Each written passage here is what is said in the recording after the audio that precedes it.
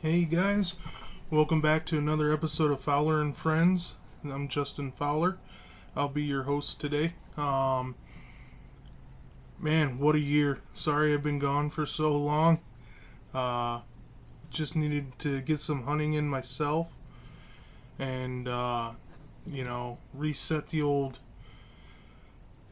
brain there. And I've had a good season. I had a good season.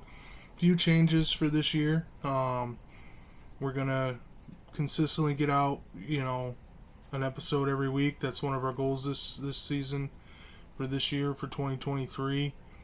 Got a lot of topics written down. Going to do some research and go over, but we're going to start with a topic that I kind of miss. It's hunting traditions, specifically with family. Hunting this year by myself with no real hunting buddies or friends or family. They weighed a little bit on my mind at the end of the season here, so that's where we're going to start our podcast up this year. Got some other exciting things. The YouTube channel's rolling, Fowler and Friends on YouTube. I'm going to do a monthly fishing, fantasy fishing for MLF, Major League Fishing, and the Bass Pro Tour. So I'm going to do a monthly video for that there, and then hopefully add other content with my adventures here in Texas. I found out very quickly it's hard to film hunting. There is so much, especially state land hunting, a new state for the first year by yourself.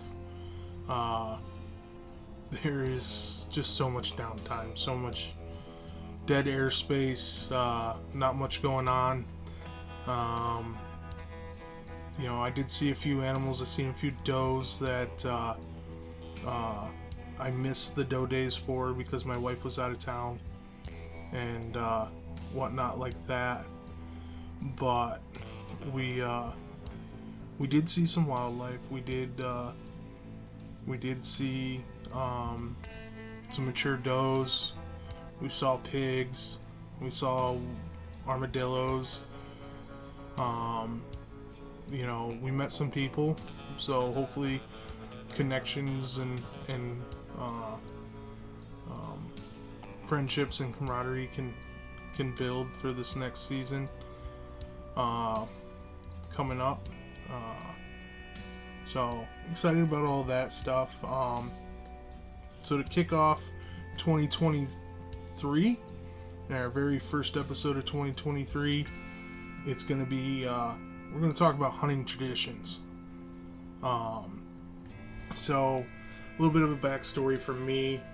I grew up hunting in New York, and I had two uncles that got me into the sport, and then I moved on to college, and I had some really great friends in college that taught me a lot more about hunting.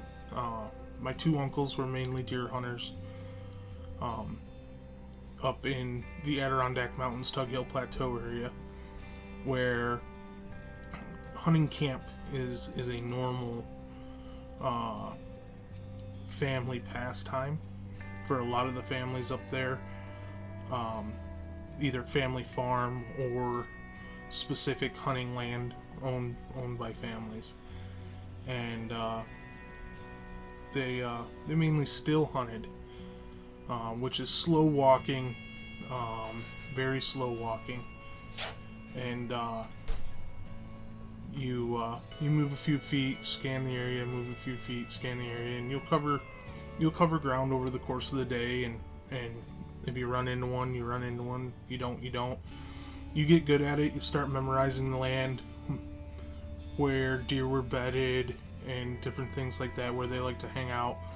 And you could creep into those areas and usually survey them and get an idea of what was there before you jumped, spooked. You learn to play the wind. It's a very unique way of hunting. I had several properties between our our homestead and my uncle's own property that he bought later on for whitetail hunting. And once you learn where they're bed, you could take a windy, rainy day. You could walk nice and slow and come up into those areas and see them laying on the ground, either in the brush or behind a full blown down tree, usually on a hillside or a gully,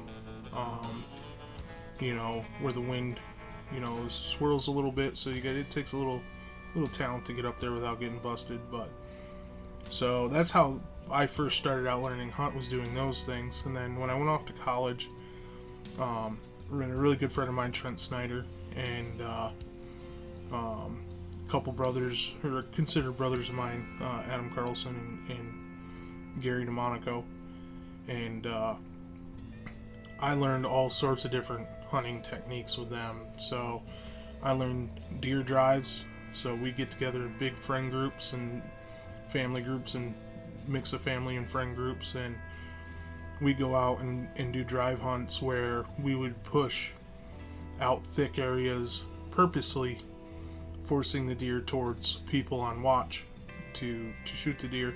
And we rotate through the positions and usually paid our respects to our elders and gave them watch more, and we'd drive more. And Trent taught me a couple things with that you can kill deer being the driver if you do it right. You're supposed to be moving the deer, but if you kind of know where the deer are, you can try to get in there quietly and without getting busted. And if you do, you have the success of shooting one and then busting the rest out towards the rest of the group. Or if you don't get in there successfully, then you're just pushing them towards the stand hunters anyways. So that was really unique, and we had a lot of fun with that. We did really big state land pushes. We'd get 15-20 guys together, and we'd push 300-400 acres of state land in a morning.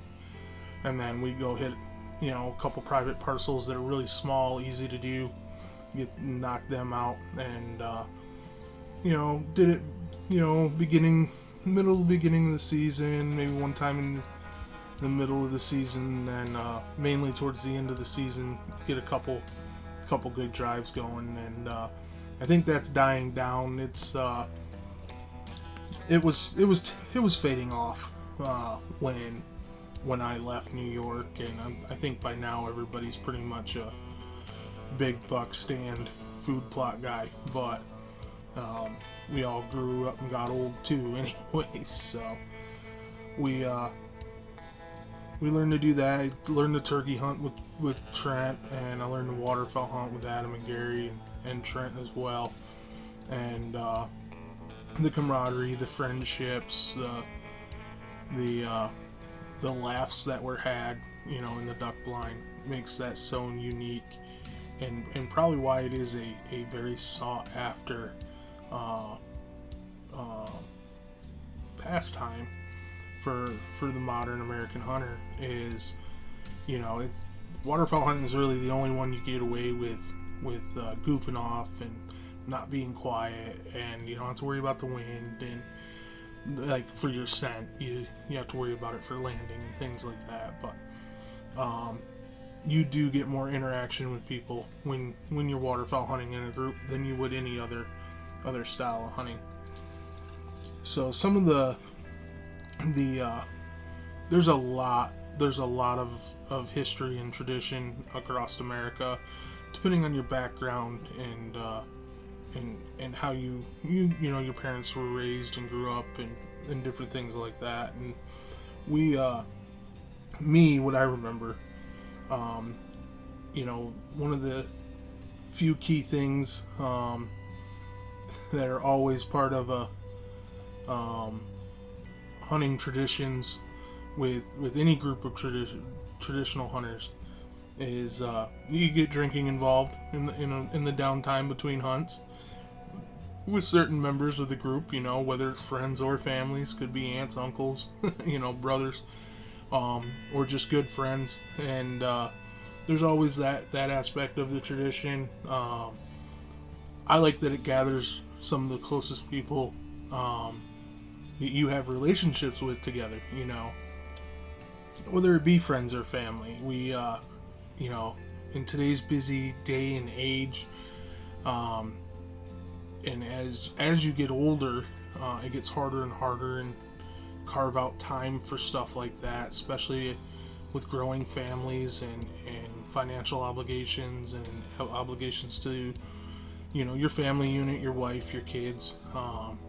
So I don't have a lot of those obligations. I have a wife and I have some dogs, and I have some obligations with them, but mainly me is I've moved around.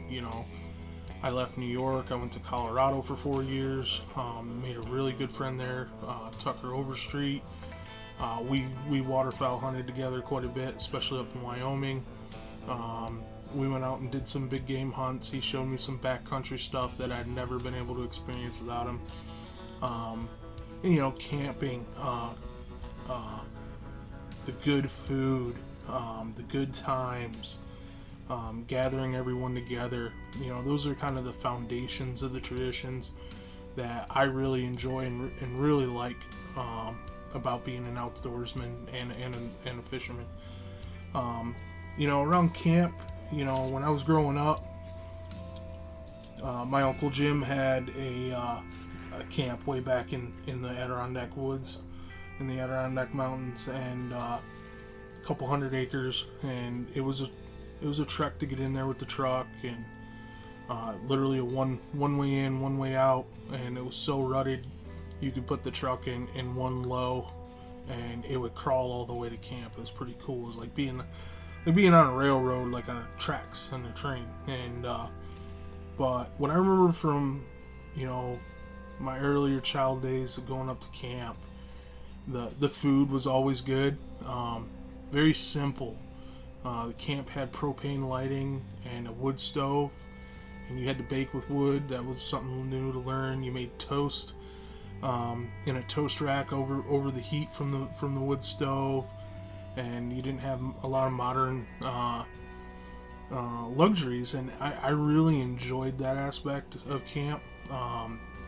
The card games, playing poker, your uncle's beating your butt as a kid, taking all your change, playing for pennies and quarters and dimes and nickels, whatever change we had laying around camp. And we'd play games at night after dinner, and talk hunting stories. And I learned a lot listening to the older generations, my uncles, from their times and their experiences in the woods, the things they learned.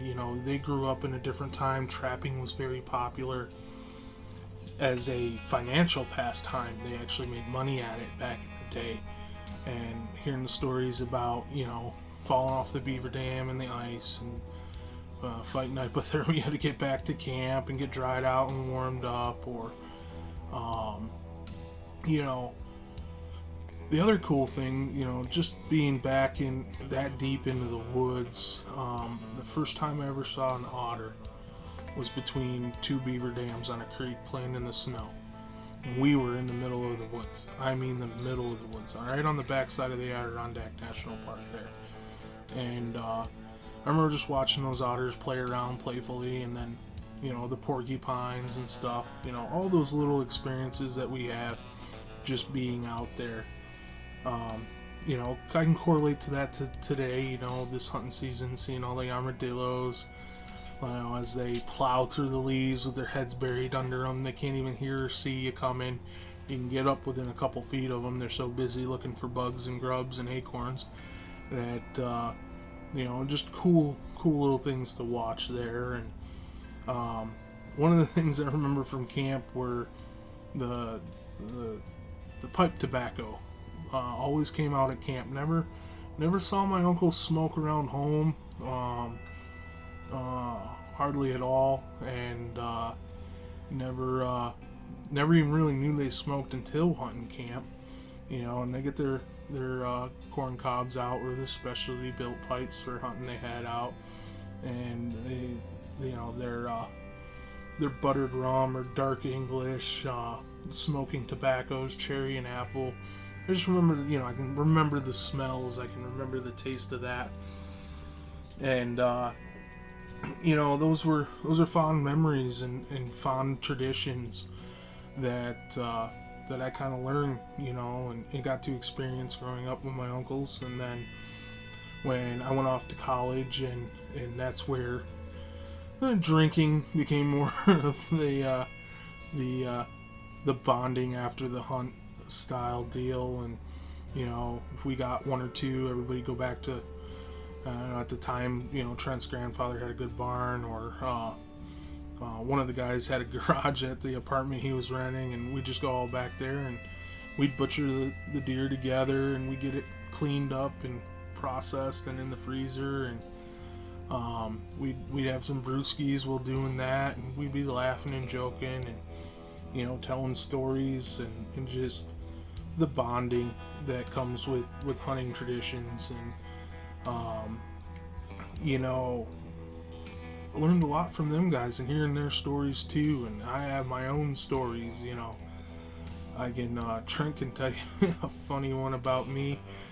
We late muzzleloader season, trying to go hunting before work. I had a weird shift. I didn't have to be until like 4 o'clock in the afternoon till close at 10, something weird like that. So we went to a section of state land, and he dropped me off at the top of the hill on a road, and then he went to the bottom, and there was this in the middle of this big gully. And when I mean big gully, it's big and deep, 200-300 foot sides and almost sheer straight up and down. And 99% of it, there's like 1% of it that wasn't that bad. And I went to the middle of that. I tried to get to the middle of that, and I overshot it. I was on the one side because the gully kind of splits. I didn't know it at the time. And I'm like, all right, well, I thought if I got down into the bottom, I could walk the creek out. Well, I got down into the bottom, which was, sliding and controlled chaos. Then I start walking the creek out. Well, I get to a point of the creek, and it's 100 foot straight down. No way about it. And you look up on each side of you, and it's just straight up and down. I remember I called him all panicky, and he's like, well, you only got 2 options, up or down. He goes, I don't recommend down at this point. So I belly crawled up the side of that. Somebody else had been through there. You can see where they tied a rope off. And I used that rope, and I belly crawled up the other side of that, and I got to the top of it. I was just whooped. And then I still had to walk all the way around the horn of the other side of the gully and back down to where the parking lot was. And we laugh about that to this day. And then I hopped in my truck and I had to go to work, and I was whooped. I tell you, I was whooped. I was soaked. Everything was wet. It wasn't fun, and it was fun all at the same time. And if you don't have friends and you're out there doing it, you don't ever make these stories to tell or have these experiences to talk about and whatnot. But you learn and you share hunting styles. That's part of the traditions. Touched on that a little bit in the beginning, with still hunting, and then learning party hunting. And then once I moved away from that area back home, my uncle acquired that new land, and really me and him together got into land management, food plots, tree stands, ambush hunting, things of that nature. And we all learned that together. And you get really good friends. You start sharing some of your lucky spots and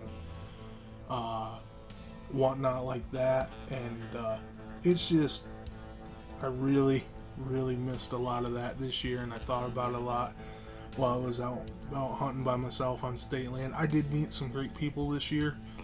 I met 2 elderly gentlemen, been hunting this little chunk for 20 years. They've been hunting this little 35-acre parcel that I stumbled across, and it's good. It's got some promise. Hopefully next year we can work together, and we kind of made a rough plan this at the end of the season this season. But they were what I remember of the hunting community. They're they're willing to talk to me, willing to help me out, willing to share the spot. Everybody understood together that we're sharing this resource, and they were just really cool. They offered me lunch and whatnot, but I was just eager to get out there, and I let them have that little 35-acre parcel, and I went on and I hunted a different chunk, and I ran into 2 armadillos, but they shared 2 or 3 hunting stories with me of bucks they've seen, bucks they've missed. We all have them, and that was really what triggered these thoughts and these emotions towards the end of the season, is just sharing that camaraderie and that conversation with those guys. Really brought up what the foundation of hunting and hunting traditions mean to me. So we and then you got the competitions, no matter what it is, like when you're with your buddies, who can fill all their doe tags on a deer drive, or who can shoot the biggest buck, or who can shoot the most banded birds in a season, or who can shoot greenheads only all season, and then there's blind games you can play batter up, in those types of competitions, and get your competitive juices flowing with everybody, and really enjoyed a lot of that, and missed having some of those. That competition, drives, for a little bit further excellence, drives you a little bit harder to figure things out, and I'm always competing with myself and competing against the deer and the land, and hopefully these pigs, I think I get these pigs figured out, and they won't be winning the competition too much longer. Luckily, most of my spots I can hunt pigs year-round on here in Texas, so I'm taking a little break for the new year, getting organized for the podcast and YouTube and stuff like that, but I'm hoping to get out and get one of those. Hopefully I can share that with you guys via podcast or video maybe, and in the future. But it's just funny to see how the competitions play out between uncles, between fathers and sons, fathers and daughters, mothers and daughters, the whole family group, or friends, cousins, seeing all those little side bets and competitions come out outside of the, the card games and the competitions that come with those. But then there's nothing like your first harvest too. I hunted quite a few years. I didn't get my first harvest with my uncles, but I did get my first harvest with mainly Trent. I shot my first turkey with Trent, that he kind of took me under his wing and mentored me on that first hunt. Him and his grandfather Billy, they taught me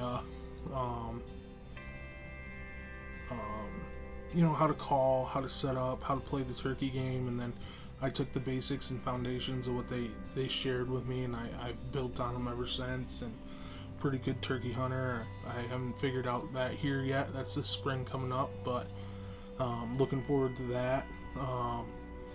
But I remember the first the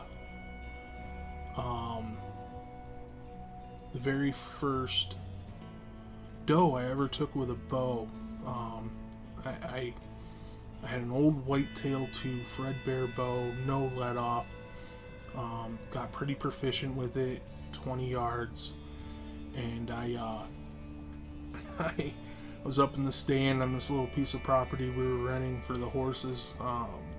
My girlfriend at the time, fiance, and now my wife, her family was renting for the horses they had, and this doe came in, and I missed high, and I ended up spining it, and I had no clue what to do, and I had to call Trent. He was like, well, silly, get down, put another arrow in it in the vitals, and go about the rest of it. So got to share my first bow kill with him. My first gun hunt, I shared with my father-in-law and my now wife, and that was awesome. Just the the respect for the animal. I got to share my wife's first gun kill with her and my father-in-law, and the teaching and the respect for the animal, um, the emotions felt in that presence, the look of excitement, and happiness that my wife displayed. Something she never thought she'd do that she did, and had the same reaction with her first turkey. I helped her get her first turkey when we lived up in the North Country, and that became our tradition. Turkey hunting kind of became our tradition. We could hunt together, or we could hunt solo. So she preferred the turkeys and the waterfowl because we hunted together. We hunted deer solo, but that's just because that's the nature of that game. But and then the first time, my wife, I taught my wife to process a deer all the way through from skinning and deboning and packaging and grinding and all that. She got to do several of those with me, and seeing the work that was involved, and still wanted to do it. And that was a lot of quality time together, and that's the main thing, the main portion of the tradition that I love the most, is you get to spend quality time with friends and family and the people that you love and are closest to you in this world, and sharing that with them and God. There's nothing better on earth than those traditions. And same thing with fishing. Taking my little nieces and nephews fishing. Can't believe my aunt thought I was responsible enough to, but two, just working with them, dealing with the knotted lines and the casting, and the excitement of those first fish they caught, and having those memories with my cousins. I'll never forget it, and I look forward to it.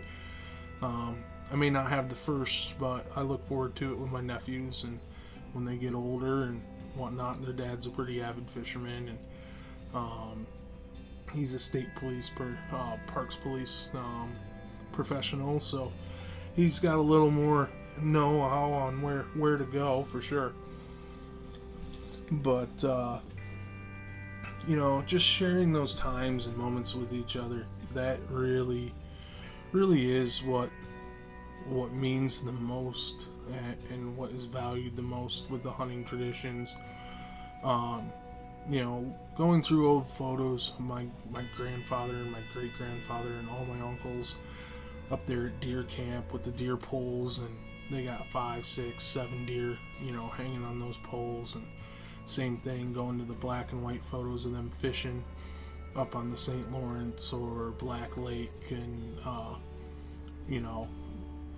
pictures of them on the dock or on the bank with stringers of fish. Just that is what really means the most. That's the tradition right there. Harvesting or catching animals is always great, but it's not what it's all about.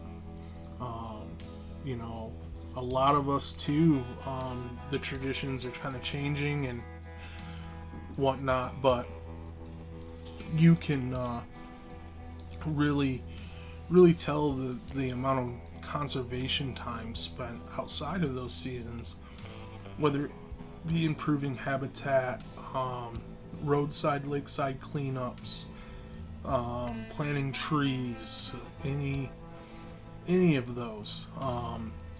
It's really growing into family pastimes outside of the main pastime. And I just wanted to talk about some of those things, reasons that really center me in hunting and fishing and in the outdoors. And then the back wilderness camping with friends, away from society, relaxing, having a good time, letting everything go, no cell phone reception, drinking and having a good time, eating good food, good barbecue, good camp food, you know, that stuff, it's really what solidifies it all for me, and that's why I do what I do. And that's why a lot of us do what we do. In my personal opinion, we can get caught up in the politics sometimes, and I think we don't talk about this other stuff enough. So it's like I said, it's what was at the top of my head, what I wanted to talk about, and whatnot like that. We've got a lot of exciting topics coming up this season. Got a lot of hopefully exciting YouTube videos going on this season. Getting all that going, and really buckling down on it this year. Those are some of my goals, and I really hope to expand my network of friends here in Texas, fishing and hunting wise. Financially, it's kind of tough this year. I don't know how much tournament fishing I'm going to do. I'll probably do more just fun fishing, figuring out fishing in Texas this year. But if you happen to come across this podcast and listen to this far in, you're looking for a nice little kayak tournament deal, Sundays, look it up on Facebook, Sundays Derbies, or Jeff White. He's the gentleman who runs it. He's an awesome gentleman. He's taught me so much. He talks to me like we're just out fishing normal, even though we're in a competition together, and he's trying to win it too. We've ran into each other practicing. He's giving me tips and tricks and hints. So he's a really cool guy, really nice gentleman. Fishes a lot, knows a lot about Texas. So if you're looking for a good tournament, hit him up. He's just an honorable mention, just because he's one of the few people I've met here in Texas and kind of built a relationship with. I got another young gentleman that I ran into out on some public land that we'll probably get together here sometime soon, and he was a cool bank fisherman, wants to get into some hunting, so try to do that this before the season's over, and then whatnot like that. So we got to the end of the month here in Texas for waterfowl, so looking forward to it.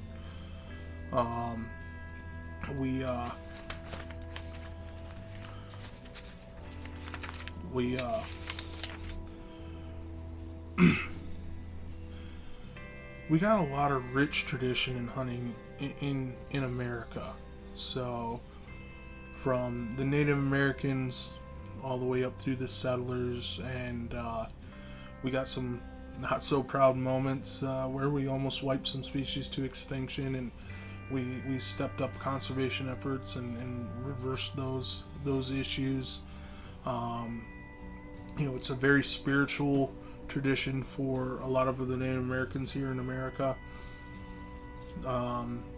It's deeply rooted in their heritage, and whether it was mainly for food or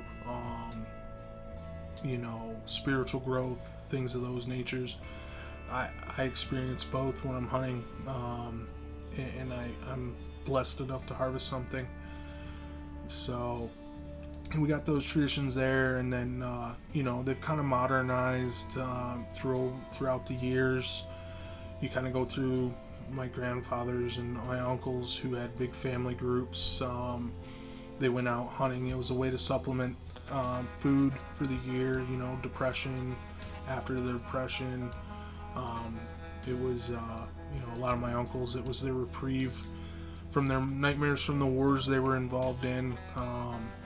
They could come back, and I had several uncles from Vietnam and Desert Storm and different things, and hunting was a time where they could just let it all go, and they could forget about all of the experiences that they had to experience while in the service. And then you watch today's modern hunting, on YouTube or on the TV, and it's gone towards trophy and family oriented. Like the Lukowskis, very family oriented. It's a way of life for people, whether it be servicing the industry with clothing, apparel, things of that nature, calls, decoys, or whether it's media production, television production, podcasts like this one. It's incorporated, a way of making revenue. Same thing on the fishing end, whether it's lures or accessories or boats or being a representative and making YouTube or TV productions with adding and advertising. So those are kind of enveloped, and it's it's changing, it's evolving. Duck Dynasty is a good example of a family unit that grew up hunting together and turned that passion of hunting together into a big business, and then a TV production and so on and so forth. And then look at Swamp People, that's a total family group orientation of hunting. That also is a way of making money. It's like trapping used to be in the Northeast, and with the alligators, and they do it as a family. It's part of their yearly income. But if you watch the TV shows, you see the dinners, the hanging out, and the time together that pastime or that activity brings everybody together for.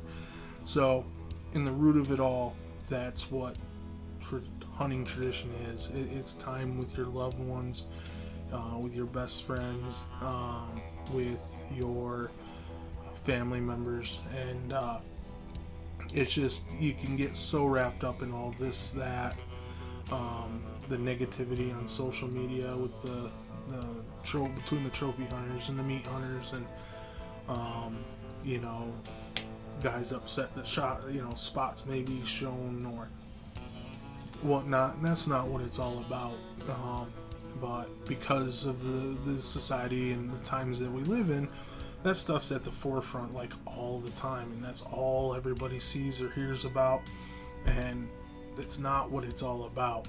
And some of that gives us a black eye. But the perfect example is that when I was out teal hunting early September. It's warm, and about 10 o'clock, 2 or 3 vehicles rolled into this pond I was hunting on, and 6 or 8 people get out, and they set up their chairs, and the kids are running around, and everybody's fishing. It's just, that's what it's about. That's what it's always been about. That's what it'll always be about.